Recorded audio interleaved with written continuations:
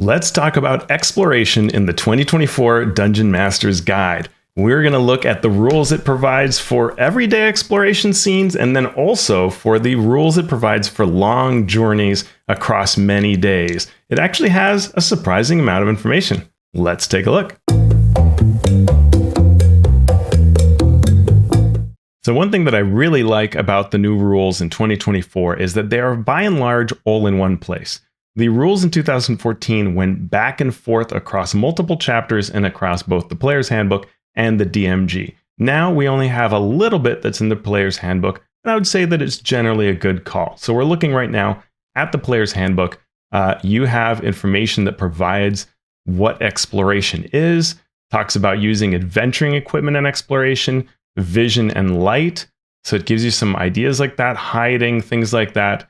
And the important part that comes towards larger travel will be the idea of a marching order and a travel pace. And so we get this table that tells you if you choose to go fast, normal, or slow, what your speed is like, how much ground you're covering in a given hour, minute, day.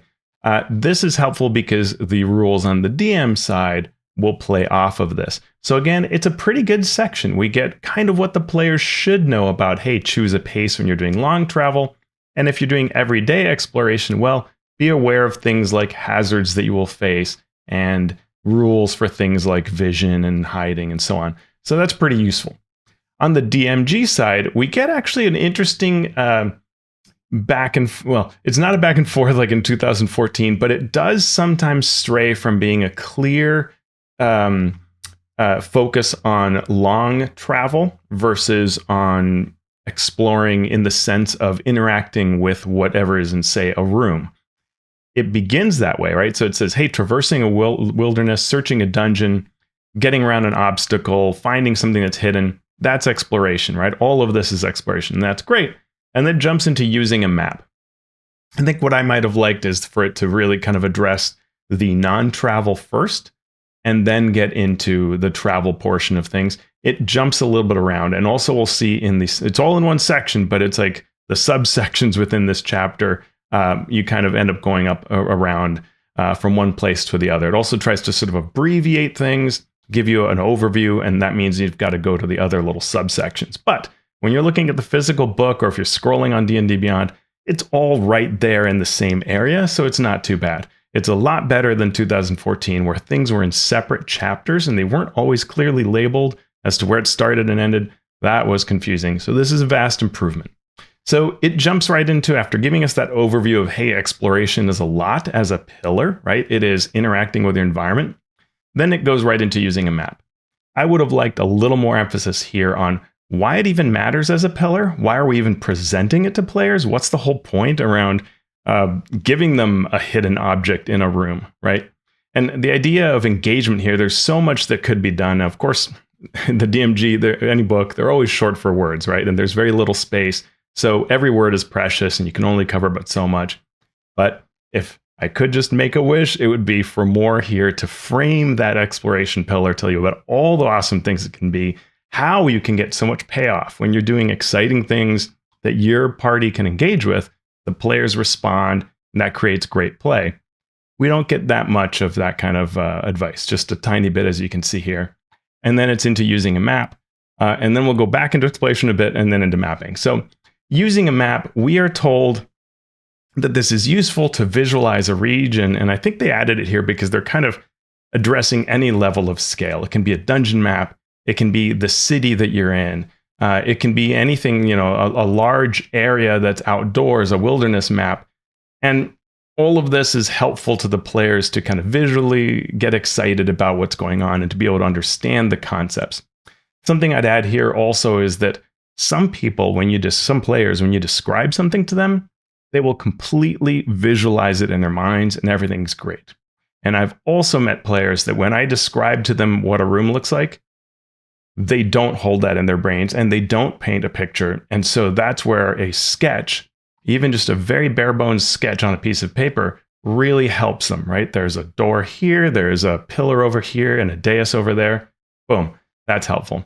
Whereas other players, just the description will do. So that also kind of would have been helpful here as to why we want to provide graphic, visualization, things that the players can actually look at versus imagine and hear you talk about.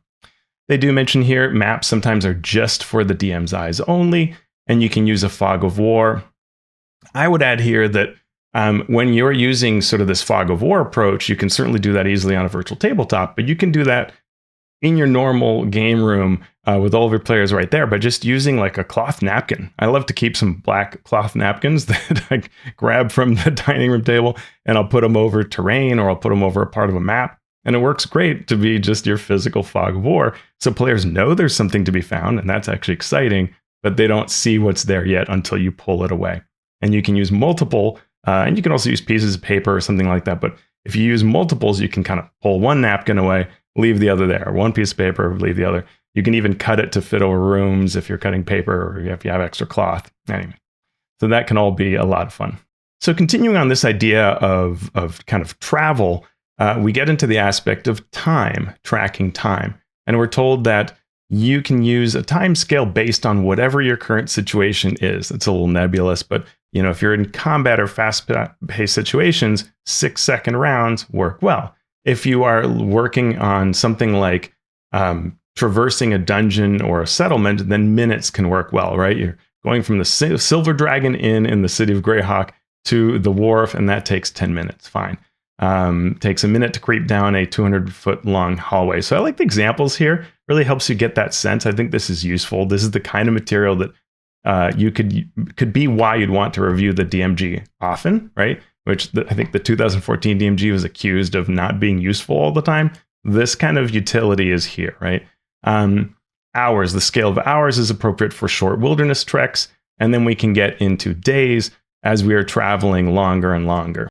Now, one thing it does is it tells us in the DMG that you can look at the exploration rules in the player's handbook to determine travel time based on pace, and that's true, but it's worth noting that also in this book we get information as well. So don't just stop here and start going to the player's handbook. Actually look at what we'll see appears here later on. So it will tell us, in addition to, like for example, that good roads will speed up the speed that you're traveling by 1 step. If somebody's speed is reduced, then you will travel at the slow pace because you're forced to do that. With extended travel, you can push yourselves, but you must make a con save each hour after the 8 normal hours of travel. And on a failure, you're going to get 1 exhaustion. I presume that's for everybody in the party that failed the save. Everybody must make the check. And the DC is going to be 10 plus 1 for every hour after the normal 8. So the longer you travel, every hour you're making another check, and you're going to accumulate exhaustion. So there's only so far you can push yourself. And that probably works well, because if you're in this kind of thing where every hour counts and you've got to get ahead, either catch up to somebody or get there before somebody, the idea will be that it would be kind of exciting and pushing yourself. And so there really is this question of how much exhaustion are you willing to accumulate? Just think through that as DM of how many hours you expect that they'll need to travel, how much exhaustion they may accumulate, and whether that works well.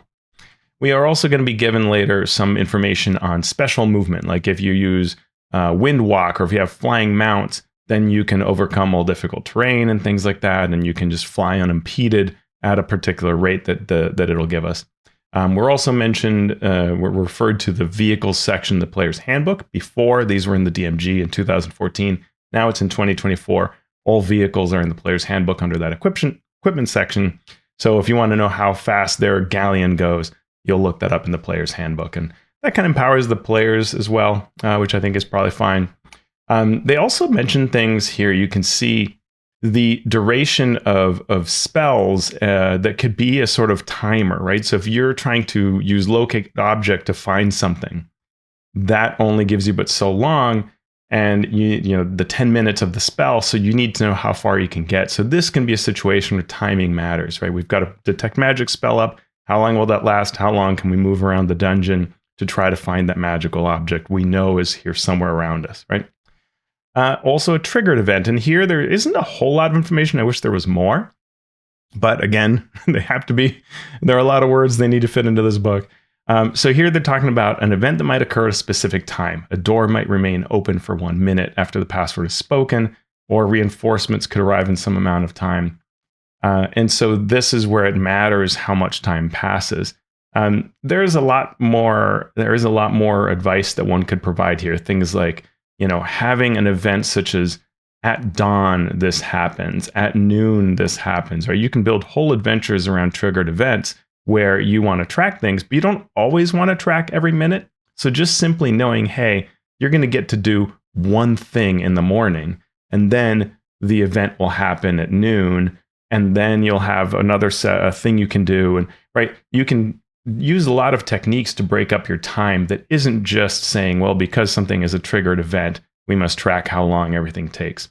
If you want a great example of this, check out the Free League rules for Blade Runner, where they divide a day into 4 segments, and you can accomplish like a major thing. And they do a good job of explaining why and how that plays. And it actually becomes a very nice system for the players, because the players know that they can do 4 things a day maximum. One should probably be resting. And that's a really kind of nice system. So in some adventures, you may want to look at that kind of an approach beyond what the advice that's given here.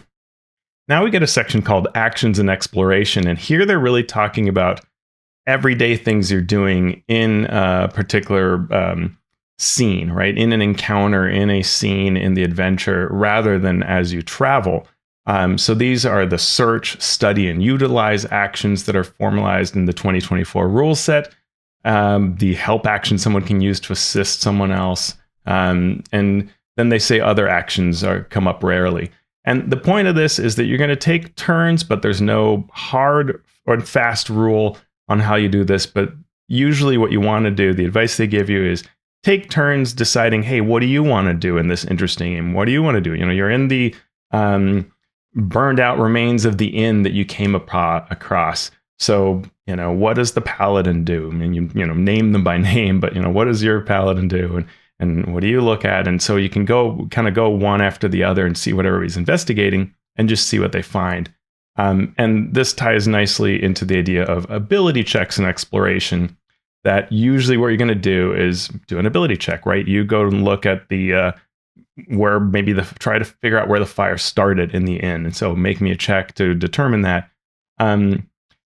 And so to get to these ideas of ability checks, one of the things that they are really the kind of thing they focus on here is, when do you have perception versus investigation? They do mention some other things. You can use any kind of ability check, role playing, you can have puzzles, but they really focus on this idea of perception or investigation.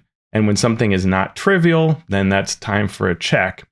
If you're trying to notice something that is hidden, then you can try to make a wisdom perception check to locate them.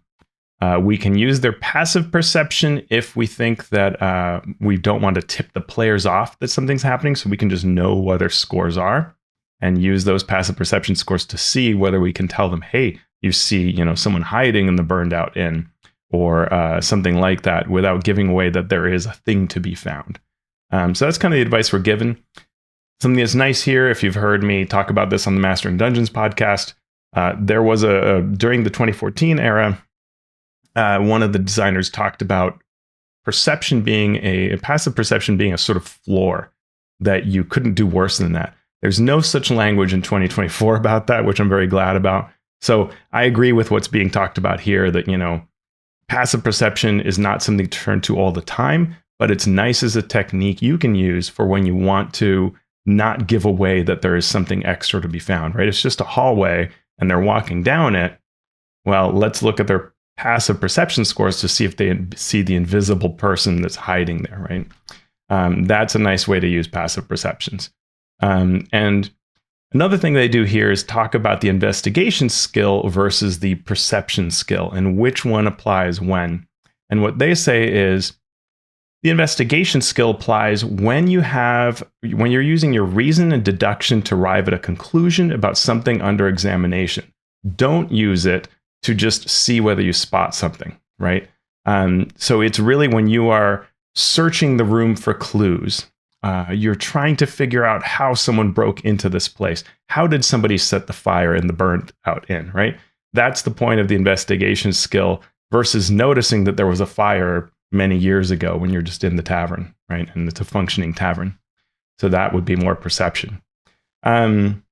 So I think this is pretty useful, and they give a little example of the secret door is locked. You found the secret door with perception, then investigation lets you know how to open it, such as by turning a statue so it faces the door. We talked about this a little bit. If you've seen my video on traps, I talked a bit about how they don't actually give you advice for investigation versus perception versus other skills, but we can look at the traps that they gave us as examples, and this gives us a bunch of sort of design breakthroughs. By looking, if we break down that design, we can see when they use each of these things. What kind of things can be found by perception, what things require investigation or arcana, and so on. And so you can look at that video, and that may be helpful as well. And then they talk about hidden things in adventures and why these are fun. If something is hidden, then the players will be kind of surprised by it. They will be excited by it, but keep in mind they may not find it. So the adventure needs to work, right? It's fine to find extra treasures or something else that's a fun surprise, but don't hide essential things where they won't find it, right? If you've got to find the key to get through the door and the door can't be broken by any other means, then that could be a very big problem if nobody finds the key or they miss the clues that a key even exists. So that's all good advice. And then we get into some tables that are kind of useful, including some tables that were absent in 2014 and only existed in one of the DM screens. So we get a series of tables that tell us kind of encounter distances. When will you hear somebody or see somebody in various situations? So we get this audible distance that's kind of useful. How far away can you hear someone that's trying to be quiet at a normal noise level or very loud? And we get a visibility outdoors, which is useful. It talks about the vision and terrains. This ties into Player's Handbook, but doesn't force you to go to the Player's Handbook, which I appreciate. Things like visibility at sea. How far away can you see? 10 miles away, you can see at sea. A lot of seas. Visibility underwater, under different conditions. This was the table that got a little bit of errata in 2014. So here it is in 2024. And now we get into travel. We are told that travel can take minutes or days, but when it comes to something that is longer, we use what's called a journey in the 2024 system. And they recommend breaking a journey into a number of stages, where each stage is something that can be a few hours to 10 days of travel. But they tell us that a 3-step journey is particularly useful, and a 3-stage journey. And you could have more for a longer journey, but they sort of recommend this number of 3. I think what they're trying to get at here is that when you take a journey, by breaking it into component parts, you get a sort of number of chances to explain the terrain, the situation, and have encounters. So breaking it up works well, and having at least 3 is a good, satisfying feeling. But you could have situations where you have many more, right? If your whole campaign is traversing and exploring a map, well, that's going to be many, many stages, right? But in general, think of it as a 3-stage, and if more will work better, then go with that. The example they give us is, you start traveling along a river to the forest edge, then you go into the heart of the forest, and then in the 3rd stage, you are searching the woods for an ancient ruin, right? All feels very satisfying. That nice 3-part piece allows you to characterize things. What is the river like? What's the edge of the forest? Then you get into the forest and you get to the heart of it. How does that feel? And now we're searching deep in the woods for this ancient ruin, right? You can start imagining how you'd bring things to life in each of those stages, different from the others. So that's why we're breaking things up into these stages. Now, for each stage, we're then going to plan it out to have different elements that make it interesting. And I kind of like what 2024 is trying to do, which is a sort of blend of an approach, a process. I'm not going to say the word procedure, but I'll tell you why. But this process or approach has a number of steps to it. But the point is for you to kind of think through what you are portraying in this stage and do what you think you would like to have present, rather than using an actual procedure, as you may find in other games and products. So a procedural step is often one where we kind of harken back to older styles of play by exploring and saying, hey, step 1, the navigator makes a check to make sure they don't get lost. Step 2, see whether you find what's interesting in this location. Step 3, determine if there's a random encounter. Step 4, go into the next hex, something like that, right? Where it's very procedural, and you do this over and over again in the same way as part of the play. And often you have things like each character takes a role, right? So I'm the navigator, I'm the scout, and the whatever. And that can be a ton of fun. We'll talk about that a little bit towards the end of this video. But here it's a little more towards you as DM thinking through the approach and the type of story, the types of challenges you want to present with each stage. So I like this. This actually reflects a lot how I approach things. I don't use a single procedure in play. I go between things based on what will fit the particular type of situation that I'm running. All right, so let's talk about the process that they describe here. They do say, before you get going, think through for each stage, where is it starting? Where is it ending, right? So if it's from the river to the edge of the forest, right? If it's getting in from the edge of the forest to the heart of the forest, and so on. So we make that kind of a decision. If you want to think about, like, say, Lord of the Rings and those famous treks, right? You could think about the different stages that could be there in the books. And what they tell us is choose or randomly determine the weather for this stage, which is a kind of nice way to think about it, right? If a stage has sort of one type of weather or one predominant weather pattern that's going to emerge, that works kind of well. And then think about one or more challenges for each stage. And we get a number of types of challenges that are described later in detail, but here we're told an encounter, an obstacle, search for something hidden, chance of getting lost, and so on. So as you can see, it's not that you're getting lost every time, as you might in some procedural approaches. You are deciding as DM, should this part of the journey, this stage, include a chance to get lost? And then if it does, you're doing so accordingly. When we actually get into the process, here's what it looks like. So step 1, the players are going to choose their travel pace, flow, normal, or fast. And based on the length of the stage in miles and that pace, we're going to see this is how long it would take to complete the journey for this stage, right? So sometimes there is a reason for urgency, which can simply be to reduce the consumption of resources. That's often why folks will just try to go as fast as they can. When in doubt, go faster, is how players will often approach it. Other times they must go quickly because they're trying to beat something, right? There is a enemy that will arrive at their village if they don't, get to the artifact and back in time, right? That kind of thing. So it can really matter sometimes how long this takes. But it's I think it's always good to know the length so you can describe it, get into larger things like climate changing over time, right? So that knowing how many days pass is always useful. I'd recommend always tracking it. So that's step 1, is setting the pace. Step 2 is narrating the travel. Describe what happens as they complete this stage of their journey, and introduce and resolve any challenges. So the way it's written sounds like you're almost just telling them what happened, and then you do the encounters. And so what I would kind of urge here is that I think what they really mean is begin the narration, introduce the challenges that they face, resolve those, and narrate their kind of outcome, and kind of smoothly, right? So you're kind of starting the narration, introducing what happens, resolving it, and ending that narration. Then step 3 is a little procedural in tracking food and water consumption. Everybody uses up a unit of food and water, a day's rations, that kind of thing. And if you don't have enough, you will run into dehydration and malnutrition issues. So you may need to be foraging if that's the situation.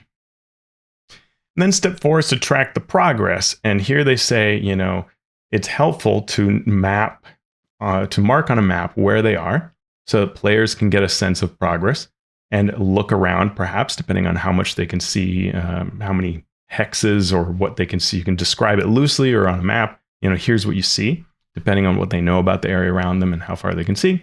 And then it recommends later that you can, it can be useful. In fact, it says it right down here. It can be useful to plan stages such that there is some sort of landmark or way station or an adventure location or something like that at each end of the stage. And so think of it as bookmarks, right? Like we took off on the river at the at the village that we headed out from, and then we arrived at the edge of the forest, right? So that kind of landmark-ish gives you a kind of nice bookend to that stage of the journey. And similarly, the heart of the forest, maybe the heart of the forest has this big tree you're looking for. And now when you get to this big, huge, old, majestic tree, now you've arrived at the heart of the forest. That becomes our landmark. Or maybe it's a silvery pool that the elves once worshipped at, right? Something like that gives us a real feeling of, okay, yeah, that closes off this end of the journey. So I think that's a nice trick. I think this is a really good suggestion, right, to come up with this. A way station, so it could be like another village or something that's an adventure location, right? The owlbear den, something like that. And we may continue onward, but this sort of demarks that location, gives us a good feeling for things. And then we get an interesting sidebar here, journeys without destinations, because we're kind of in the middle of this narrative, primarily narrative approach, not super procedural, but we're told, hey, there's other things that you can do, other techniques. If you don't have a clear path to follow or a clear destination in mind, then you may be kind of hex crawling, and it shows this term hex crawling. You can use the grid of your map, squares or hexes, and just kind of, the players say, we want to go to the hex to the north and then to the one to the southeast and so on. And they give you two approaches for this kind of wilderness exploration. A sandbox approach, where your map determines what characters find when they enter. So they go into the square or hex and you reveal, there, it's mountains, and you see a very interesting, something in the center, a spire of rock, something like that. And you can have encounters or obstacles in place for every hex or further apart. Yeah, okay, that's not a super useful experience or information, because I think there's so much one can write about sandbox approaches. And this is just saying, hey, it can vary, right? But you can find any number of blogs out there. I like Patchwork Paladins a lot, but there are a number of great write-ups on, how many things should be in a hex, or in how many hexes before you should encounter something, and what's the difference of that cadence and feel. There's a lot written out there, and different games also will make recommendations about this. They also say that the other approach you can use here is a random approach, where you use tables to randomly determine the encounters or obstacles in each hex. And this gets more into that sort of procedural approach. We enter a hex, we see what we find, and we determine it as we go. And that can also be very sandboxy in a lot of ways, but it's that feeling of we will all kind of improvise and react based on what the tables give us as a result. And there's a lot in between you can do, right? You can have things on a map that every hex reveals, but then some random elements, and maybe your random elements are things that you've kind of set up as possibilities, right? The bandits operate in this area, but will you find bandits in any given hex? Let's find out, right? So there's a lot that can be done here, and they're kind of trying to just hint at those possibilities in a very brief way. They also give us this travel planner. And the travel planner is a very kind of simple sheet, but it allows us to note the challenges. So this is DM facing, narrative notes that we're going to give about each stage of travel, where it starts, where it ends, the distance, the terrain, the weather, and then we're going to check off what the pace is that they want to use. So how fast are we traveling? I would have loved a little reference table. I mean, no reason to not put the player's handbook information somewhere on the margin, and then you could more easily calculate this. The elapsed time can be noted, and then we do this for each of the 3 stages.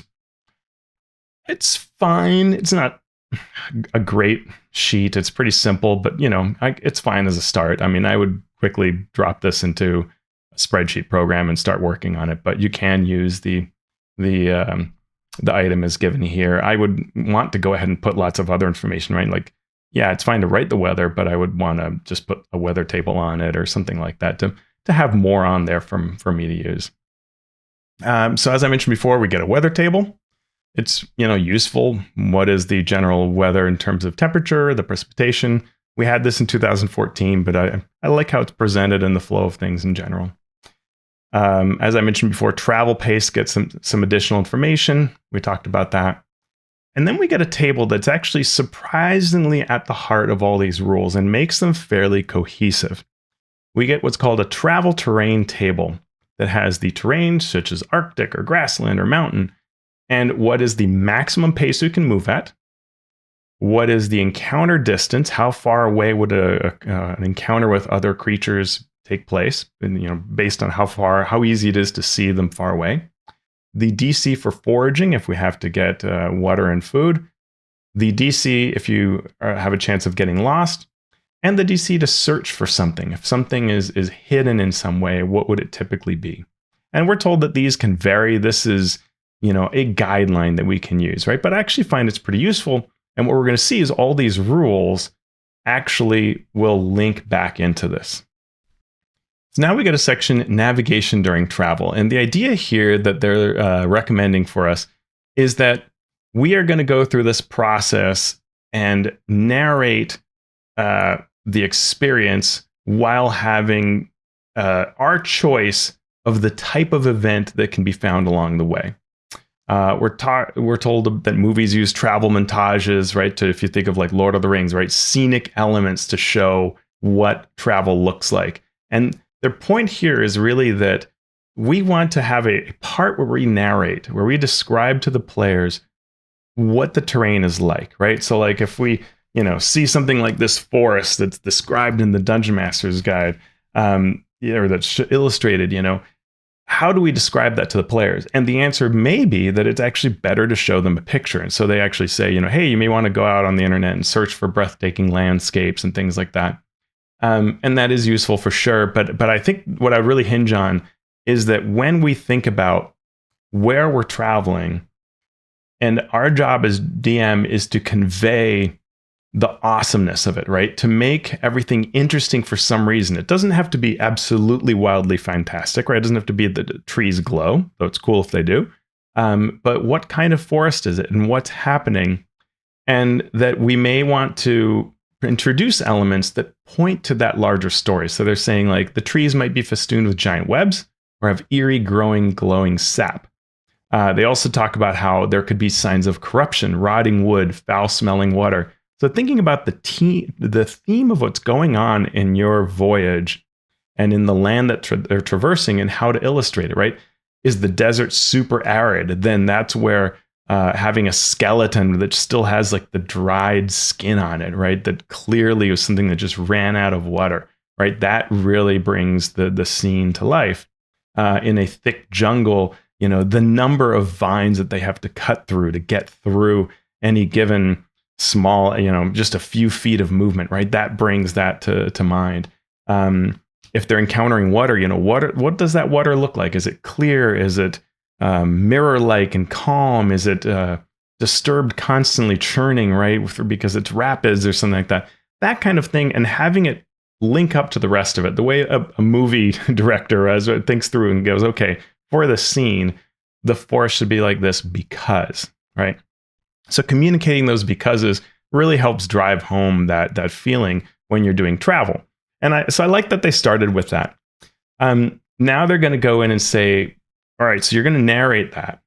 Then you're going to present your challenge, right? As we talked about in that 4-step process. So now they go through the different components, the options for a challenge. So an easy one is encounter with other creatures. So we go to that travel terrain table that gave us the encounter distances based on the type of terrain.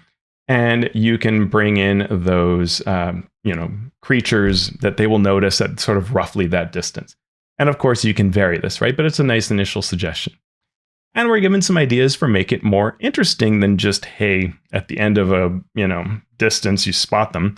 You can have an ambush, right? This is a route they expect travelers to follow. So they are ambushing it.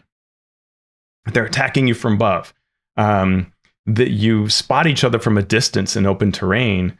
So maybe you'll meet up later, right? That can be, what do you do when you see, a band of whatever, marauding goblins that are far off, hobgoblins on the march? What do you do? Found by chance. You happen upon monsters that are camping, eating, hunting, basking in the sun, engaged in some other way. Like a great one we've often talked about when we were working on Forge of Foes is, two groups of monsters that are interacting, and it could be fighting, negotiating, whatever it is. That can be very interesting when you stumble upon that as a party, right? Really fun. Found by chance can also be things like there's, an NPC explorer and they're hanging upside down as some plant's about to consume them, right? A lot of interesting possibilities there. A guard that's fallen asleep and the party is intense, or the other group is intense, sleeping and resting. What do you do? Pursuit. You're tracking monsters or monsters are tracking you. That could be interesting as a follow-up to distant sighting, for example. So some ideas here to get you going, right? These are just possibilities. They're not the only ones as presented. They're just telling you make encounters more interesting, and that's great advice. So foraging, if you don't have food and water, then we can go through a foraging challenge.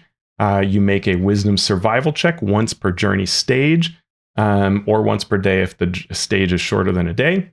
The DC is again on that travel terrain table. Nice. And if you fail, you don't get anything. If you succeed, you get 1d6 plus your wisdom in pounds of food, and then you repeat the roll again for gallons of water. Yeah, reasonable. I would say here, adjust by terrain, right? If it's the desert, if it's an area that's full of, if you're in the happy hunting grounds, you can probably find a lot of really cool food. In fact, it might be wondrous, right? There's some advice here on whether you even need to track rations and thinking through that. And that's really good. I like to see this because, I ran Tomb of Annihilation.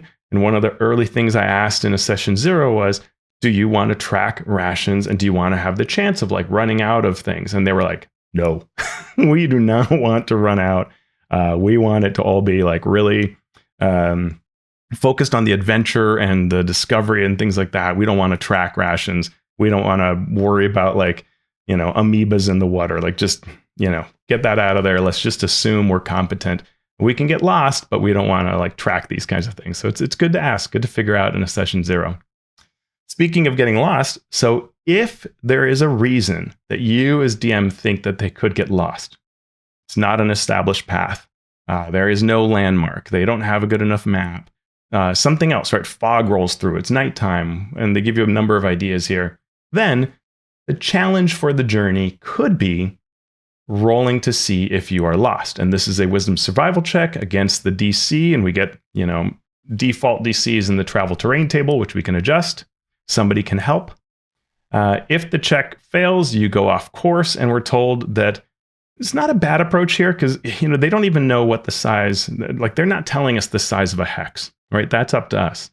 So what they say is the length of the journey is extended for this stage by 1d6 times 10%. So sort of a percentage that it's impacted. It's a fair way to go so that we have the flexibility of running any hex size or whatever approach, and it's just sort of percentage that you're off. I think that's good enough. And they say this also could affect subsequent stages of the journey. Maybe you continue being lost and can't find your way back. So that's neat. It's a quiver. It's one option in our quiver of options for an encounter, right? We have this navigation. We have the idea of a combat encounter, right? They're options, and you don't do it every time, so you get tired of it. I think that's cool. Then obstacles, some terrain or weather or something else that obstructs the character's path. A cliff, a blizzard, a forest fire, right? Whatever it might be. You've got to cross the river. You have to climb the weird embankment that kind of rings this entire land, and you must climb up that cliff face. Okay, that is an obstacle. And so we are told that you may have a chance of delay. So we would be doing skill checks.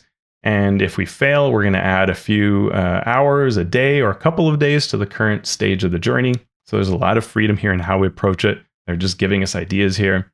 And they also say, importantly, let the players come up with a solution and be generous in adjudicating whether the plan works, right? They've got to cross the river. Can they cut a tree to get across? Oh yeah, you'd have to make, some athletics checks to get across. Well, what if we cut 2 trees? And what if we fashion a railing and, or ropes across so that we don't have much of a chance to fall over? Okay, sure, right? Work with them based on the plan they come up with, because the plan can be as fun as anything else, right? We're also told that we can juice up an obstacle with a combat encounter on top of it, right? you're marching through a burning forest and fire elementals come out of the fire. So that, makes it more interesting. You could have damage because of the result, right? So not only are you falling off the cliff face, you're failing to get up the cliff face, but you fell and took damage, or you tumble over a waterfall or whatever it might be. You might take exhaustion as a result of the challenge. So thinking through these aspects, they also say other conditions, like you're trying to wade through the fetid swamp and you decide to do that instead of going around it. You fail some check, you get the poison condition. Now, they actually don't talk about ability checks here, but I would imagine that, it's probably going to play better to do that. Not just say, well, you chose to go to the swamp, you're poisoned, chose to go through the swamp. Let's present that challenge, which the challenge could then inflict the poison condition or impose the poison condition. All right, so that was all obstacles. Then we get searches. Here's where we have a reason to find something. Often it can be in the last stage of the journey, right? You're trying to find the entrance to the old mine or the ancient ruin, the magic pool, the hag's cottage. So that's where the search DC of the travel terrain can again be useful, telling us what we expect based on the terrain. And we can adjust those DCs, of course, based on what is particularly there. Maybe the hag's magic is also involved concealing things, right? You could make it much more complicated than just a check. But in general, it's going to be a wisdom perception check if you don't otherwise change it. Another option for our stage of the journey is to have tracking taking place. If we are following other creatures, we would have one or more trackers. Interesting, doesn't tell us, just one and someone helping, which is probably how I would run it. But one or more trackers must succeed on a wisdom survival check, and we can again use the DCs of that table using the search column, and that we may need to make new checks as circumstances change, such as the tracker's rested, the weather changed or terrain changes, there's an obstacle such as a river or something else that allows for no tracks. And the DC can be based off of that search column, but can vary depending on how well the ground will show signs. You can grant advantage or disadvantage based on other things. So that kind of comes to the end of it. But I want to kind of go back and kind of really, really paint the picture of what it is that this process looks like, right? We're going to break up a journey into stages that last hours to days. Generally, it's going to be days. 3 works well, but if it's long enough, make it longer stages. More importantly, I think about the stages of your travel in terms of something that narratively makes sense. Like we talked about the river to the forest, the getting into the heart of the woods, then finding the ancient ruin, right? You can use more stages when it makes sense because you're going through lots of different terrain types or something like that, or many days. For each stage, plan one or more challenges. And those can be this whole list we have, right? A combat encounter, an obstacle, something that's hidden that we're searching for, a chance of getting lost. We may also run out of supplies, and if so, we can have things like navigating. We may have a reason to track a creature, right? There's somebody who's wounded and you see blood on the trail. Well, now we get that opportunity to have tracking as part of a journey challenge, right? So you have that list of journey challenges and the advice there. Key to that is that we have this terrain table that gives DCs based on the terrain, right, that we can use. So we are following a 4-step process based on we're going to come up with our 3 or more stages. And each stage we're going to say, okay, we're going to start here, we're going to end here. That's our kind of narrative piece. We're going to describe narratively the beginning, get players going, get them into the scene, get them into the mood. We're going to have the weather. We're going to have the challenge that we introduce. And they will have chosen their pace, right? They will choose the pace at which they're moving. We are going to say, okay, here's the kind of challenge that you encounter. Describe that narratively. We'll engage with it, resolve it, and we'll continue our narration to kind of close that off so it feels nice, like it's kind of final. The end of the stage works well if it's some sort of landmark or something like that really kind of feels like that stage has ended. And we'll track our food and water, which is really in step 3, and our progress of how far we got along the map. Update a map. It's a lot of fun for players to have a map if it would make sense to do so, or at least notes to update to say, okay, reached the edge of the forest. We still have plenty of food and water. Here's what we used up. Okay. And now we continue to the next stage, repeat the process, and narrate again. Okay, so that's the end of what 2024 shows us. I want to briefly put in a little bit of contrast with 2014. The original 5th edition rules, as I said, went back and forth between different chapters, which made it a little hard to follow. But one thing they did do is they had a little more procedure baked into them. In that, their idea was that when you're doing a long exploration, you are kind of every time making a navigation check to see if you get lost. Then you are having either random encounters or planned encounters. And how often is something you decide, but based on how you've decided that, then every number of hexes, something like that, every so often, hour-wise, you will make a roll. And you probably, the best example for this, if you're curious in 2014 rules, is to actually look at the adventure that appears in Tomb of Annihilation. So if we look at Tomb of Annihilation, it provides a poster map with hexes. The players decide where they want to go. They choose a navigator. They make a check to see if they become lost. I think this is under not only just the ideas of 2014, but also that concept of Cholt, the jungle in Tomb of Annihilation, is an area where it's easy to get lost, right? Then we make a check for random encounters based on a schedule, and we have a whole table full of, or section appendix that has lots of samples. And then at the end of the day, we check to see if you're dehydrated. Technically, we could also see whether they have malnutrition, if they're out of food. And we're told information on the hexes, how to track the miles.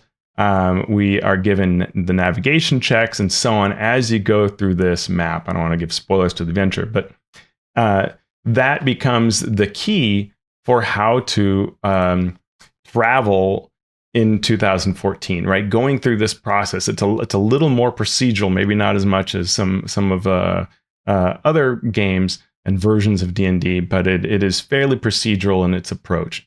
I think in general, 2024 is a lot better in that if you want to have it procedural, you can bake that in a little more, pretty simply.